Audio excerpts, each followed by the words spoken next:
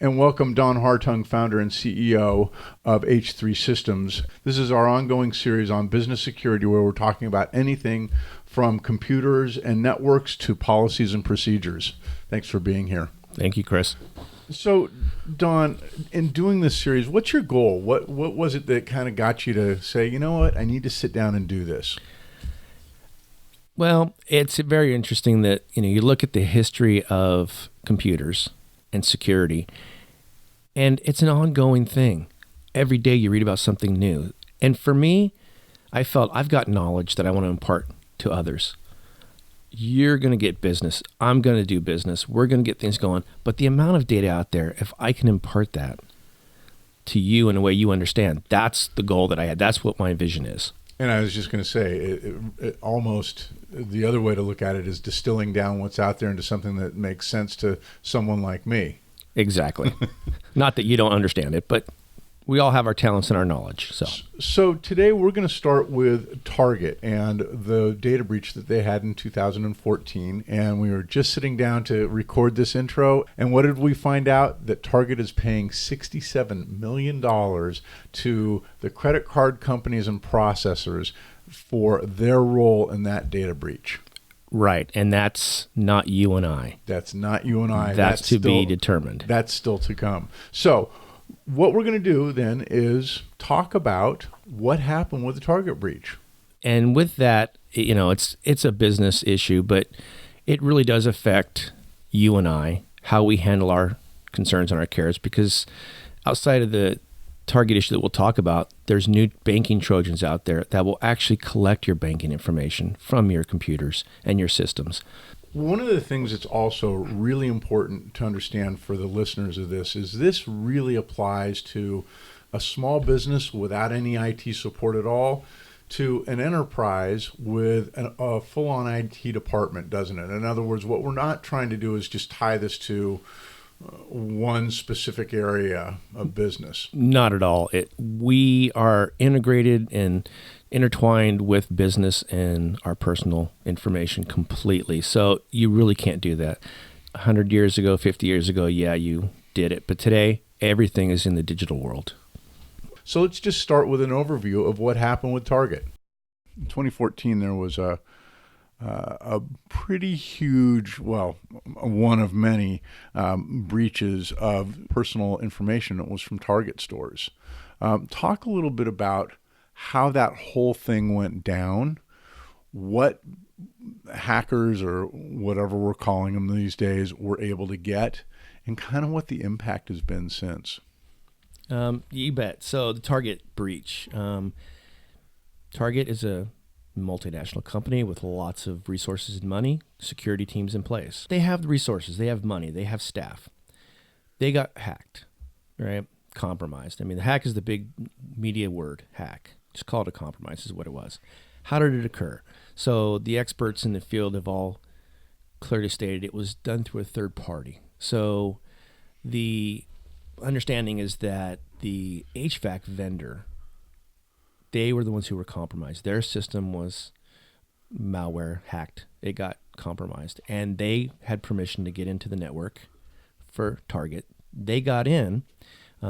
There were alerts that went off to notify the security staff, but that's part of the problem. Without getting technical, that's part of the problem with security alerts. If you can imagine all the traffic that goes on, there's a lot of it. So some fundamental processes failed. That's step number one. That's important to understand. That could have relayed a lot of it. But number two was that once they got in, they compromised the server, and then they compromised the point of sale systems. So while Target wasn't a direct hack, Target was indirectly attacked, which is how a lot of these happen. They don't go necessarily right after you. They may try it. They'll probe. Right. But when they realize that your walls are up and defenses are there, they're going to find another way in. And this, which they did. So the story is the systems at the HVAC vendor get compromised. That compromise ends up on one of the technician's machines. The technician goes in, he plugs into the systems that are on the network. Everything's on the network now. So they plug into the network, and that exploit that's on his system now gets into Target systems. And what's fascinating, talk a little bit about, because at that point, there's some kind of communication from that exploit that's made it onto target systems to whoever's running this thing. Right. So that's the command and control. So malware, the different variations of malware, but basically they have what's called a command and control. Once it logs in, it calls home. Once it calls home, then they can use an exploited system or server, could be your computer at home, potentially, to launch additional attacks against it. And then once they're in, we haven't talked about this, but currently it's 209 days of systems that have reported compromises, 209 days undetected that somebody's been in their network, and it was found by a third party afterwards. And then it's about 63 to 68 days from that point to stop the breach and try to start remediating the issues. So think about it, 209 days that somebody was in, and probably even potentially longer with Target. And those are just the ones that have been reported. Right. So important to know that once they're in and they've exploited it, what did we see in the news? Target got hacked. Because Target was the one who was truly compromised. But it goes further. So that's where we come back to policies, procedures, following them. Trust is great. I trust you. I trust my employees. But as Ronald Reagan liked to say, and not we're getting political, trust but verify. Yeah. You need to verify those things. And if you're following those procedures, the probability is smaller of being compromised. Well, and isn't part of what you're bringing to the table, especially for a business, is you're creating systems that prevent trust from becoming an issue. Exactly. In other words, you're saying, hey, we're going to help put systems in so that you're not in IT in a situation where, or employee at your computer where they're asking, what have you been doing? Right. And trust becomes an issue. And the other thing is, so as an example, there's a device out there called the USB killer. It's a flash drive, a pen drive.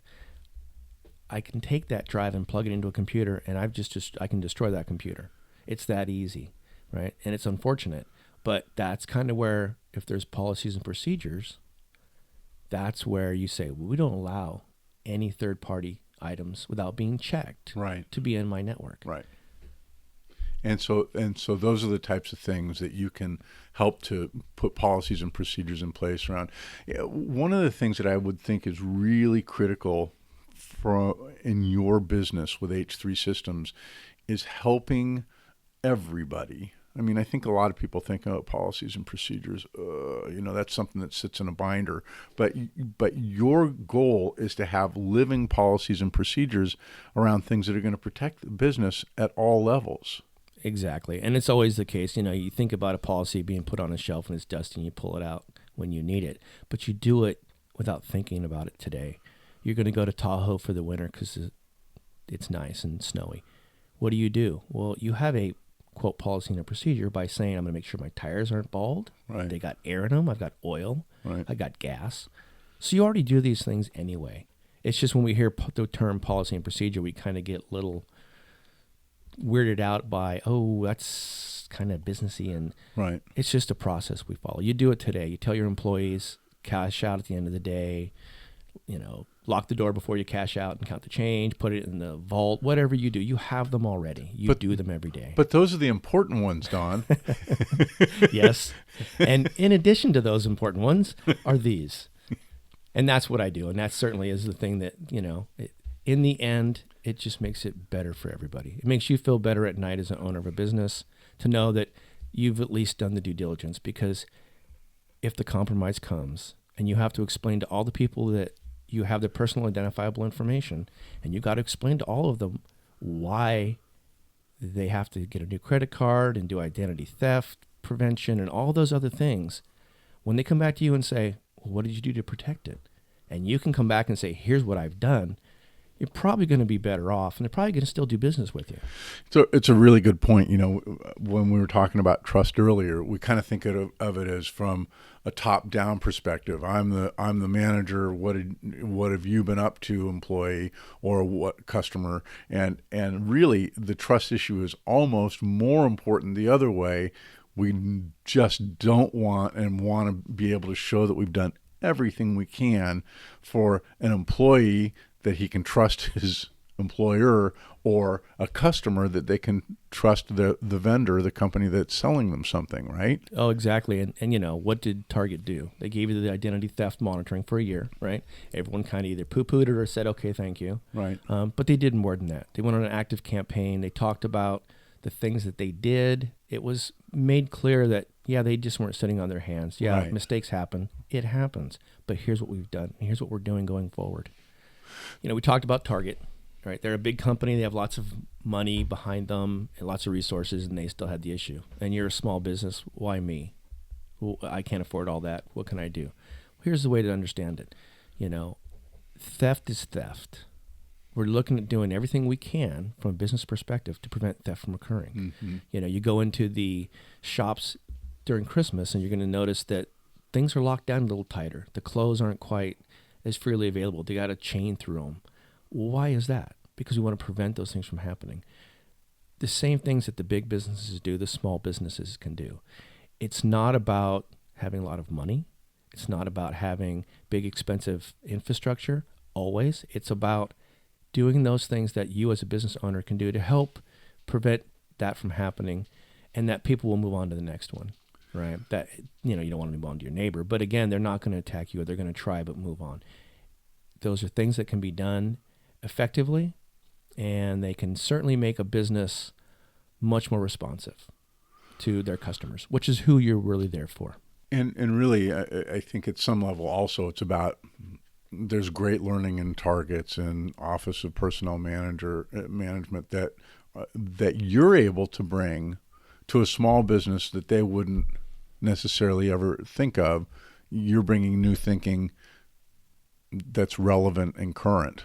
Most certainly. It's those things that I do know, that I know the small business and the businesses aren't thinking about, because why would they? Right. They're in the business of selling a product, selling a service. That's what they're there to do, and they're trying to be the expert, or they are the expert. So thank you, Target, for the learning that we're able to pass on. We all get to pay a little bit more money and stuff, but certainly you bet that the big companies do give us the ability to learn quite a bit and understand what we can do differently for all business. So I can bring that to the business community that doesn't have the opportunity to have, the $400 an hour team come in and do those things that Right. they just can't afford. Right. But you have the ability to bring that in. But I bring it in. If you're in business, whether you're C-level, management, or IT, you're the guy to talk to, because you are familiar with working in all of those levels and can bring almost the glue to the process to help people to communicate better and to get safer and more secure in a way that makes sense to everybody. Most certainly. And, you say, look, I'm the glue. I actually look at it as I'm the conduit between everybody, right? So I understand what you say. I'm technical. I know what you mean. I can then explain it so that we are all on the same page. Businesses will be more productive. People will be happy at work. Don Hartung, founder and CEO of H3 Systems. You can be reached at 287-7376 and at h3systems.com. That's 3, the number 3, h3systems.com. Thanks for taking the time with us today. Thank you.